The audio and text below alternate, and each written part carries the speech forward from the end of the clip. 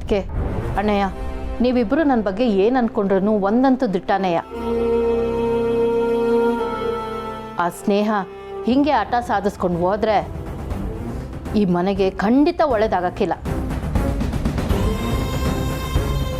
ಮುಂದೊಂದು ದಿನ ನಮ್ಮ ವಸು ಮನೆ ಬಿಟ್ಟು ಹೋದಂಗೆ ನಾವೆಲ್ಲರೂ ಮನೆ ಬಿಟ್ಟು ಹೋಗ್ಬೇಕಾಗ್ತೈತೆ. ಅಮ್ಮ ಸಾಕು ಸುಮ್ಮನಿರಮ್ಮ. ನೀನು ಸುಮ್ಕಿರೆ. ಇದು ನನ್ನ ತವ್ರ ಮನೆ. ನಾನು ನನ್ನ ತವ್ರಿಗೆ ಕೇಡ್ಕಾಗಲಿ ಅಂತ ಬಯಸಕ್ಕೆ ಸಾಧ್ಯವಾ? ಅದಕ್ಕೆ ಕಂಟಿ ಮದುವೆ ವಿಸಿದಾಗೆ ಆತರ ಪಟ್ಬಿಟ್ಟ ಅಂತ ನಂಗೆ ಅನ್ನಿಸ್ತೈತೆ.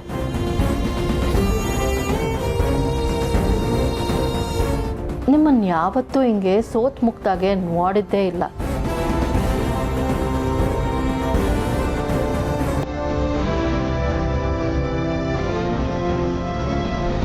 ನಿಂತ್ಕೋ ಕಂಟಿ.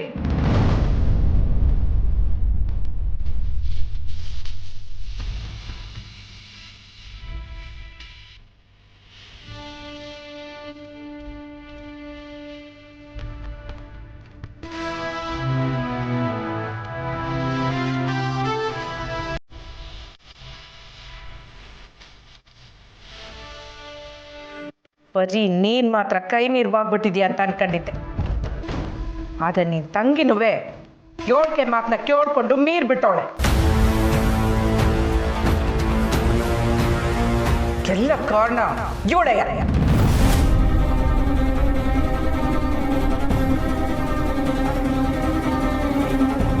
ನನ್ನ ಸಂಸಾರನ ಕೆಡಿಸಿ ನಮ್ಮನೆ ಸಂತೋಷನ ಹಾಳು ಮಾಡ್ತಿರೋ ಇವಳು ಈಗಲೇ ನನ್ನ ಮನೆ ಬಿಟ್ಟು ಹೋಯ್ತಾ ಇರ್ಬೇಕು.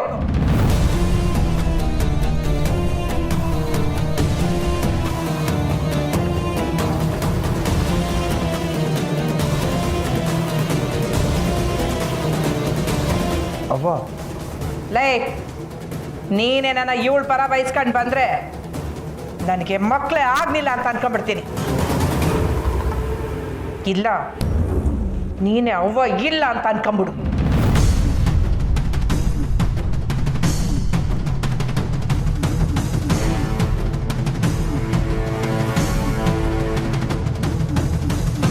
ಅತ್ತೆ, ನಾನು ವಸು ಅದಕ್ಕೆ ವಿಷಯ ಮುಚ್ಚಿಟ್ಟಿದ್ದು ನಿಜ. ಎಲ್ಲ ಸರಿ ಹೋದ್ಮೇಲೆ ನಾವಿಬ್ರು ನಿಜ ಹೇಳಬೇಕು ಅಂತಾನೆ ಅನ್ಕೊಂಡಿದ್ವಿ.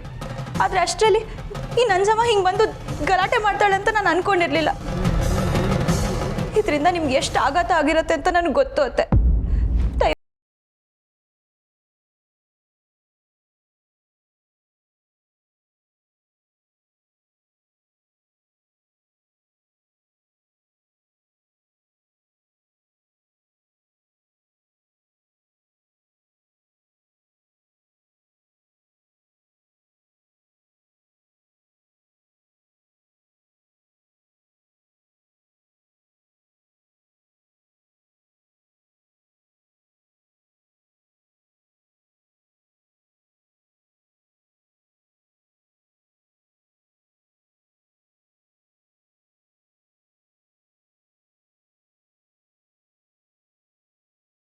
ಹೋಗ್ಬೇಕು.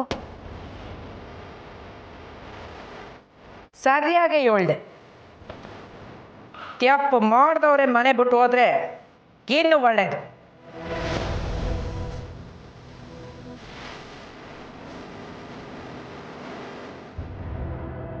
ಸರಿ, ನಿಮ್ಗೆಲ್ಲ ನಾನೇ ತಪ್ಪು ಮಾಡಿರೋದು ಅಂತ ಅನ್ಸ್ತಿದ್ರೆ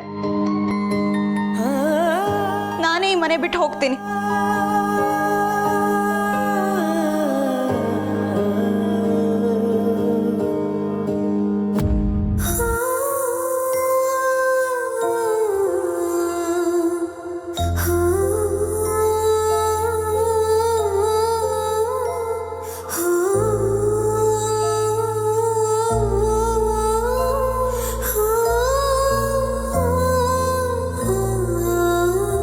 ಹರರಿರು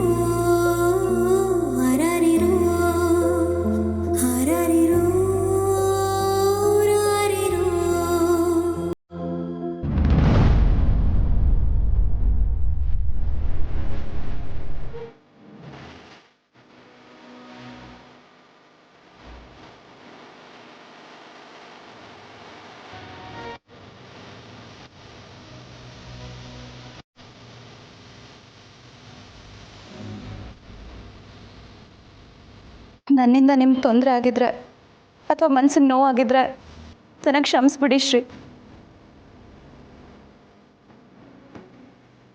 ನೀವು ಇದನ್ನೇ ಬಯಸಿದ್ರಲ್ಲ ಮಿಸ್ಸು. ನಾನು ಇಂಥ ಸುಳ್ಳು ಹೇಳಿದ್ದೆ. ನಾನು ದಿಟ್ಟವಾದ ಹೆಸರಿಂದ ಹಿಡ್ದು ನಿಮ್ಮನ್ನು ಮದುವೆ ಆಗೋ ಗಂಟ ಆಟೆ ಹಾಕೆ ಮದುವೆ ಆದ್ಮೇಲೆ ಸುಳ್ಳು ಹೇಳಿವ್ನಿ. ಅದಕ್ಕೆ ನೀವು ನಾನು ಉಸಿರಿರೋ ಗಂಟ ನನ್ನ ಸಂಸಲ್ಲ ಅಂತ ಹೇಳ್ತಿದ್ರಿ. ಆದರೆ ಮಗು ಆಸೆ ತೋರಿಸಿ ನಾನು ಅಪ್ಪ ಐತೆ ಅನ್ನೋ ಖುಷಿನ ಮನ್ಸು ತುಂಬ ತುಂಬಿಕೊಂಡು ಆಕಾಶದಲ್ಲಿ ಹಾರೋವಾಗ ಇನ್ಯಾವತ್ತು ಎದ್ದೇಳ್ದಂಗೆ ಬೀಳ್ಸೇ ಬಿಟ್ರಲ್ಲ ಮಿಸ್ಸು. ದ್ವೇಷಕ್ಕೆ ದ್ವೇಷ ಅನ್ಕೊಂಡಂಗೆ ಪಿರುತಿಗೆ ಪಿರುತಿ ಅಂತ ನೀವು ಅನ್ಕೊಂಡೇ ಇಲ್ವಲ್ಲ ಮಿಸ್ಸು. ಇಲ್ಲ ಶ್ರೀ. ಈಗ ಏನು ಮಾತಾಡಿದ್ರು ಅರ್ಥ ಇಲ್ಲ ಬಿಡಿ. ಹೆಂಗೋ ನಿಮಗೆ ನನ್ನ ಮ್ಯಾಗ ದ್ವೇಷ ಆಯ್ತು ತಾನೆ. ಸರಿ, ನಾವಿಬ್ರು ಬೇರೆ ಯಾರದ ವಾಸಿಸಿ.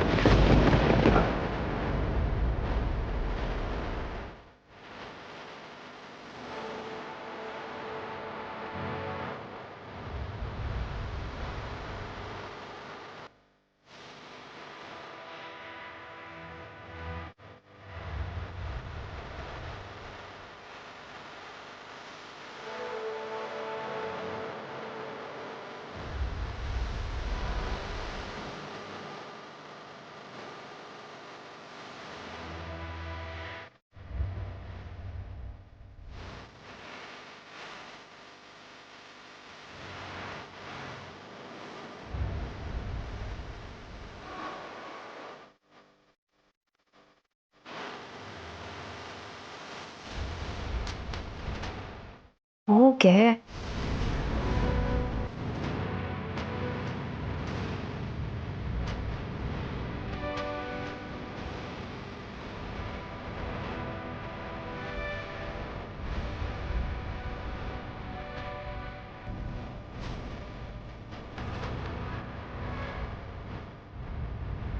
ಹೋಗೆ ಬೇಗ.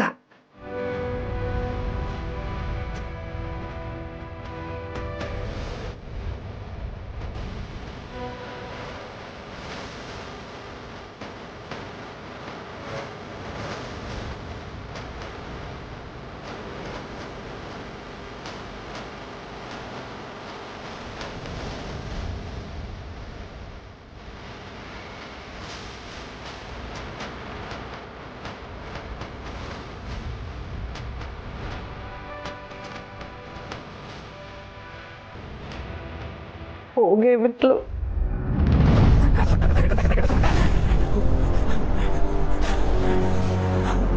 ಅದಕ್ಕೆ ವಸುವಾಗಿರೋದು ನಿಮಗೆ ದುಃಖ ಆಗೈತೆ ಅಂತ ನನಗೆ ಗೊತ್ತು. ಆ ನಂಜಮ್ಮ ನೋಡಿ, ಅವಳದೇ ತೆಪ್ಪಿಟ್ಕೊಂಡು ನಿಮ್ಮ ಹತ್ರ ಏಟ್ ಜೋರಾಗಿ ಮಾತಾಡಿದ್ಲು. ಸಸಿ, ನಂಗೆ ಮತ್ತೆ ಐಸಿಯದ ಬಗ್ಗೆ ಚರ್ಚೆ ಮಾಡೋಕ್ಕೆ ಇಷ್ಟ ಇಲ್ಲ. ಐಸಿಯನ್ ಇಲ್ಲಿಗೆ ಬಿಟ್ಬಿಡು.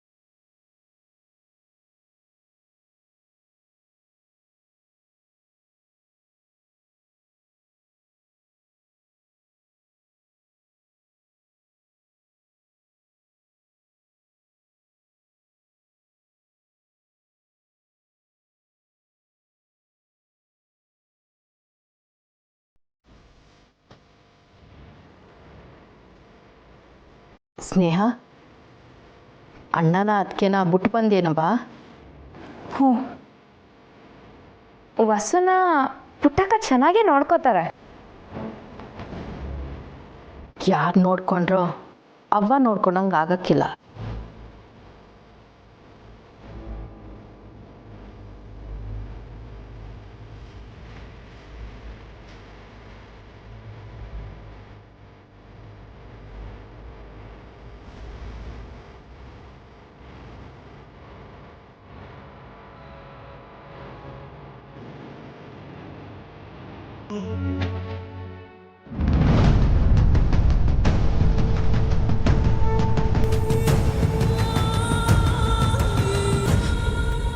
ಅಪ್ಪ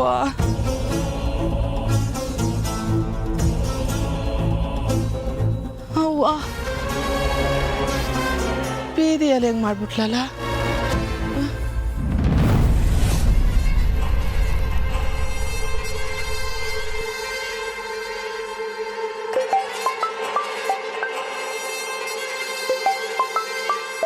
ಈ ಮುದೇವಿ ಯಾಕೆ ನನಗೆ ಫೋನ್ ಮಾಡ್ತದೆ? ಅಯ್ಯ ನಿನ್ನ ನೀನು ಕಟ್ ಮಾಡಿಬಿಟ್ರೆ ನಾನು ಬಿಟ್ಬಿಡ್ತೀನಾ? ಈಗ ನೀನನ್ನ ರೇಗಿಸ್ಲಿಲ್ಲ ಅಂದರೆ ಇನ್ಯಾವಾಗ ರೇಗಿಸೋದು? ಅಯ್ಯೋ ಮೂದೇವಿ ಮತ್ತೆ ಫೋನ್ ಮಾಡ್ತಾವಳೆ. ನನ್ನ ತವ ಗ್ರಾಚಾರ ಕೆಡ್ಸ್ಕೊಳಕ್ಕೆ ಫೋನ್ ಮಾಡ್ತಾವಳೆ ಅನ್ಸ್ತದೆ. ನೋಡು, ನಂಗೆ ಮನಸ್ಸು ತಲೆ ಎರಡು ಸರಿಕ್ಕಿಲ್ಲ. ನೀ ಏನಾರು ಕೇಳೋದು, ನಾನೇನಾರು ಉತ್ತರ ಕೊಡೋದು. ಸುಮ್ಕೆ ಮರ್ಯಾದೆಯ ಫೋನ್ ಇಟ್ಬಿಡು. ಈಟೊಂದು ಕೋಪ ಮಾಡ್ಕೊಂಡ್ರೆ ಹೆಂಗೆ? ಹೊಸ ನನ್ನ ಮಾತು ಕೇಳು. ನೋಡು, ಅದೇನಿಸಿ ಅಂತ ಬಿರ್ನಿ ಹೇಳು. ನಂಜಮ್ಮ, ನಿನ್ನ ಸ್ಥಿತಿಗತಿನೆಲ್ಲ ತಿಳ್ಕೊಂಡೆ ನಾನು ನಿನಗೆ ಫೋನ್ ಮಾಡಿರೋದು. ಅಲ್ಲ ನಂಜಮ್ಮ, ನಾಲ್ಗೆನೆ ಸಕ್ಕಿ ಮಾಡ್ಕೊಂಡು ಬಾಯ್ ತುಂಬಾ ಬೈತಿದ್ದಿದ್ ನಿನ್ನ ಹಿಂಗ್ ಬೀದಿಲ್ ಕುಂದ್ಕೊಳಂಗ್ ಮಾಡ್ಬಿಟ್ರಲ್ಲ. ಅದೇ ನಂಜಮ್ಮ, ನನಗೆ ಸಾನೇ ದುಃಖ ಆಯ್ತಿರೋದು. ಲೇ ಮರುವಾದಿಯಾಗಿ ಹೇಳು, ನೀ ನನ್ನ ಸಮಾಧಾನ ಮಾಡಕ್ ಫೋನ್ ಮಾಡ್ತೀಯಾ ಇಲ್ಲ? ಯಾಕೆ ನಂಜಮ್ಮ ನನ್ನ ಮೇಲೆ ಅನುಮಾನ ಪಡ್ತಿದ್ಯಾ? ನನಗೂ ನಿನಗೂ ಆಗಿರೋ ಅವಮಾನ ಬೇರೆ ಬೇರೆ ಆಗಿದ್ರು ನಮ್ಮ ಗುರಿ ಒಂದೇ ಅಲ್ವೇ? ಇದು ನಿನ್ಗಷ್ಟೇ ಅಲ್ಲ. ಅಯ್ಯೋ ಸುಮ್ಕಿರವ, ಅದೇನೋ ಅಂತಾರಲ್ಲ, ಕಾಗೆ ಕೈಗೆ ಯಜಮಾನಿಕೆ ಕೊಟ್ರೆ ವರ್ಷ ಪೂರ್ತಿ ಪಿತೃಪಕ್ಷ ಅಂತಾರಲ್ಲ, ಹಂಗೆ ನನ್ನ ಇಸಿಕೆ ಯಾರು ಮೂಗ್ ತುಸೋದ್ ಬೇಕಾಗಿಲ್ಲ. ಎಲ್ಲನೂ ನಾನೇ ಸರಿ ಮಾಡ್ಕೊಂತೀನಿ. ಅದ್ ಸರಿ, ಈ ಇಸಿ ಎಲ್ಲ ನಿನ್ಗೆ ಹೆಂಗ್ ಗೊತ್ತಾಯ್ತು? ಏನ್ ನಂಜಮ್ಮ ಹಿಂಗ್ ಕೇಳ್ತಿದ್ಯಾ? ನಿನಗೆ ಗೊತ್ತಿಲ್ವಾ? ನಾನು ನನ್ನ ಸೌತಿ ಮನೆಯಿಂದ ಬರೀ ಎಲ್ಡೇ ಬೀದಿ ದೂರದಾಗಿರೋದು. ಸರಿ ಬಿಡು, ಗೊತ್ತಾಯ್ತು. ನೀನ್ ಕಣ್ಣು ಕಿವಿ ತನ್ನು ಮನ ಎಲ್ಲ ಅಲ್ಲೇ ಮಡ್ಕೊಂಡಿದ್ದೀಯ ಅಂತ. ಚಂದ್ರು ಇಸಿ ಏನಾದ್ರು ಗೊತ್ತಾದ್ರೆ ನನಗೂ ಹೇಳೋದನ್ನ ಮರಿಬೇಡ. ಅಯ್ಯ, ಹೇಳ್ದೆ ಇರ್ತೀನಾ? ಖಂಡಿತವಾಗ್ಲೂ ಹೇಳ್ತೀನಿ. ಸರಿ, ಫೋನ್ ಮಾಡಗ್ಲಾ? ನಂಜಮ್ಮ, ಬಿಸಿಲ್ನಾಗೆ ಬೀದೆ ಕುಂದ್ಕೊಳ್ಳೋ ಬದಲು ಮನೆ ಹತ್ರ ಬಾ, ತಣ್ಣಗೆ ಸರ್ಬತ್ ಮಾಡ್ಕೊಡ್ತೀನಿ. ಕುಡ್ಕೊಂಡು ಕುಂತ್ಕೊಂಡು ಮಾತಾಡೋಣ.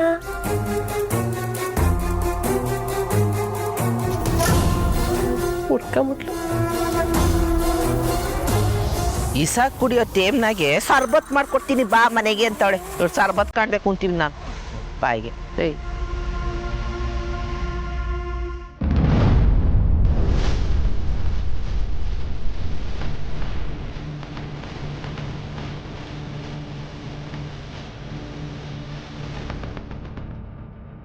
ಕೇಳಿ ಮಾತಾಡು. ನಾವೇನು ಮಾತಾಡ್ತೀನಿ ಫಸ್ಟ್. ಹೇ ಬರಲ್ಲ ಇಲ್ಲ.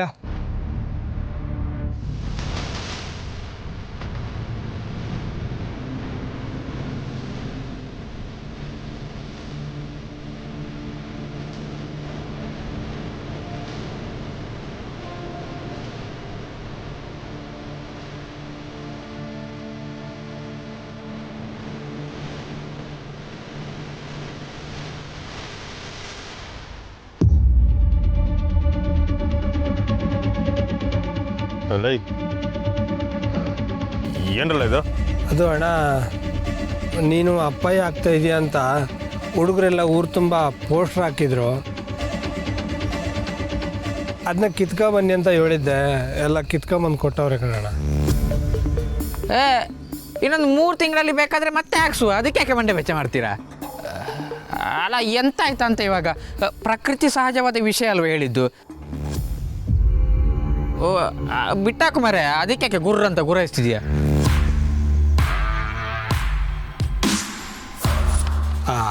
ಅಣ್ಣ, ಅದು ನೀನು ಬೇಸರ ಮಾಡ್ಕೊಬೇಡ ಕಣಣ್ಣ. ಆಗಿದ್ದಾಯ್ತು. ಅದಕ್ಕೆ ತಾವ ಒಂದ್ಸಲ ಕುಂತು ಮಾತಾಡಿದರೆ ಎಲ್ಲ ಸರಿ ಹೋಯ್ತದೆ. ಲೇಯ್, ನಾನು ನಿಮ್ಮನ್ನ ಇಲ್ಲಿ ಕರೆದಿದ್ದು ಇದ್ರ ಬಗ್ಗೆ ಮಾತಾಡೋಕ್ಕಲ್ಲ. ನನ್ನ ತಲೆ ಓಡ್ತಾರೋದೆಲ್ಲ ಸಂಜೆ ಸಲೆಗೆ ಜನ ಸೇರಿಸ್ಬೇಕು. ಅದು ಹೆಂಗೆ ಅಂತ ಯೋಚನೆ ಮಾಡ್ರಲ್ಲ. ಲೇಯ್, ಯಾರನ್ನ ಏನ ಹೇಳ್ರಲ್ಲ. ಆಡ ನಿನ್ನ ಮನಸ್ಸಿನಾಗಿರೋ ಬೇಸರನ ಮರೆಮಾಚಕ್ಕೆ ಶಾಲೆ ಬಗ್ಗೆ ಮಾತಾಡ್ತಿದ್ಯಾ ಅಂತ ಗೊತ್ತಾಗ್ತೈತೆ. ಲೈ, ಯಾರು ಹೇಳಿದ್ ನಿಂಗೆ? ನಂಗೇನು ಬೇಸರ ಇಲ್ಲ. ನೋಡ್ರಲ್ಲ, ಶಾಲೆಗೆ 20 ಜನ ಬಂದ್ರೆ ಪರೀಕ್ಷೆಗೆ ಅನುಮತಿ ಸಿಕ್ಕೋದು. ಮೊದಲು ಅದ್ರ ಬಗ್ಗೆ ಯೋಚನೆ ಮಾಡಿ.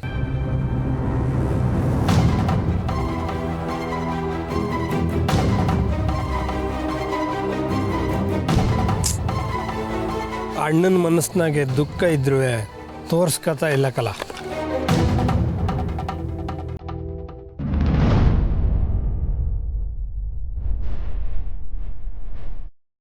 ತಪ್ಪು ಮಾಡಿಬಿಟ್ವಿ ಅಂತ ಅನ್ನಿಸ್ತಿದ್ಯಾ ಚಂದ್ರು?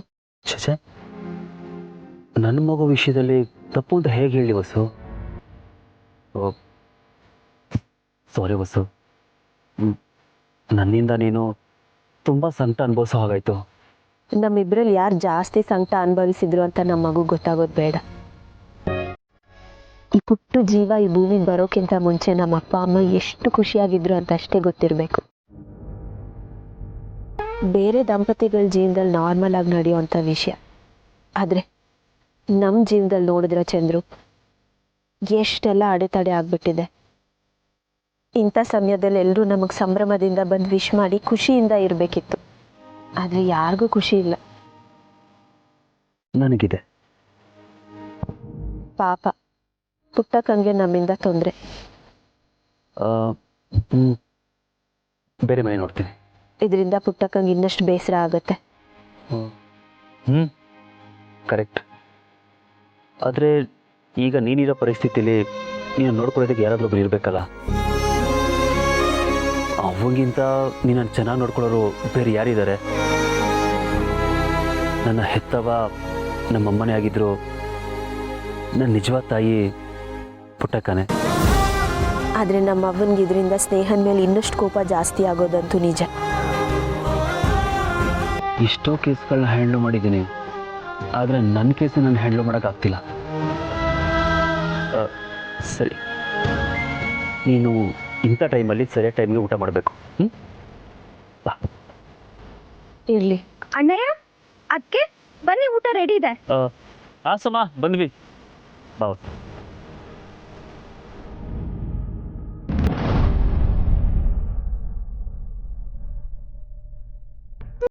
ಶ್ರೀ ಶ್ರೀ ತಗೊಳ್ಳಿ. ನಂಗೇನು ಬೇಡ, ನೀವು ತಗೊಳ್ಳಿ.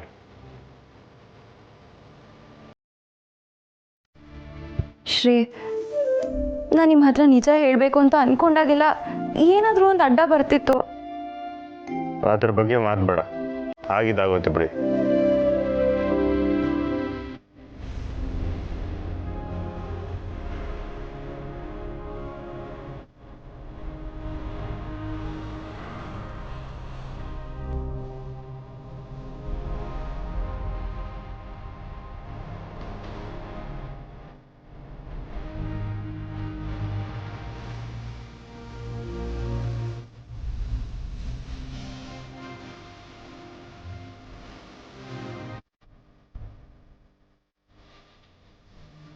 ಶ್ರೀ, ನಾನು ವಸು ಅದಕ್ಕೆಗೋಸ್ಕರ ನಿಜ ಮುಚ್ಚಿಡ್ಬೇಕಾಯ್ತು. ನಾನು ಮಾಡಿ ತಪ್ಪೇ ನಾನು ಒಪ್ಕೋತೀನಿ. ಇನ್ಫ್ಯಾಕ್ಟ್ ಚಂದ್ರಣ್ಣಯ್ಯ ಮತ್ತು ನಿಮ್ಮನ್ನ ಒಟ್ಟಿಗೆ ಕರೆಸಿ ನಾವು ನಿಜ ಹೇಳಬೇಕು ಅಂತ ಪ್ಲ್ಯಾನ್ ಮಾಡ್ತಿದ್ವಿ. ಅಷ್ಟರಲ್ಲಿ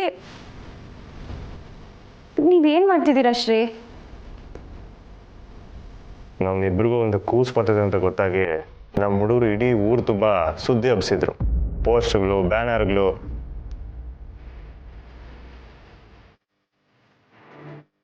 ದಡ್ಡನ್ ಮಕ್ಕಳು ಅಲ್ಲವರ, ಅವ್ರೆಲ್ರಿಗಿಂತ ದೊಡ್ಡ ದಡ್ಡ ನಾನೇ.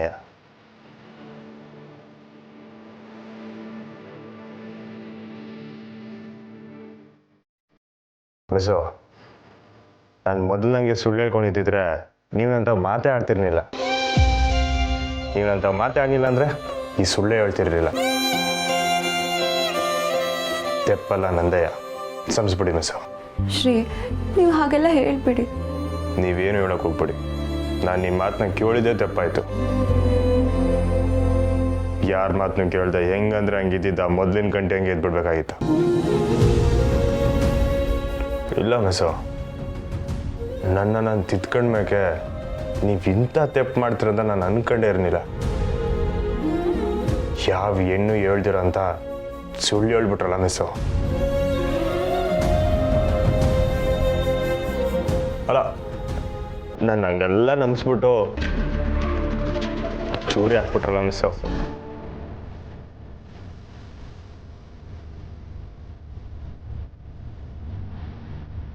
ನಾನು ತಾಳಿ ಕಟ್ಟಿದ್ದಕ್ಕೆ ಸೇಡ್ ತೀಸ್ಕೊಂಬಿಟ್ರ ಮಿಸ್ಸು.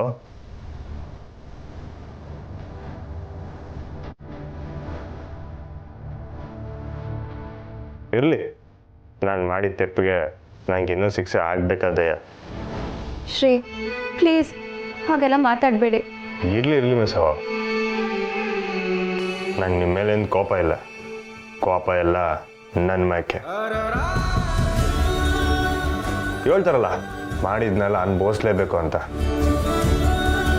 ನಿಮ್ಗೆ ಹೆಂಗೆ ಅನ್ಸಿರ್ತೈತೆ ಅಂತ ನನಗೀಗ ಅರ್ಥ ಆಯ್ತೈತೆ.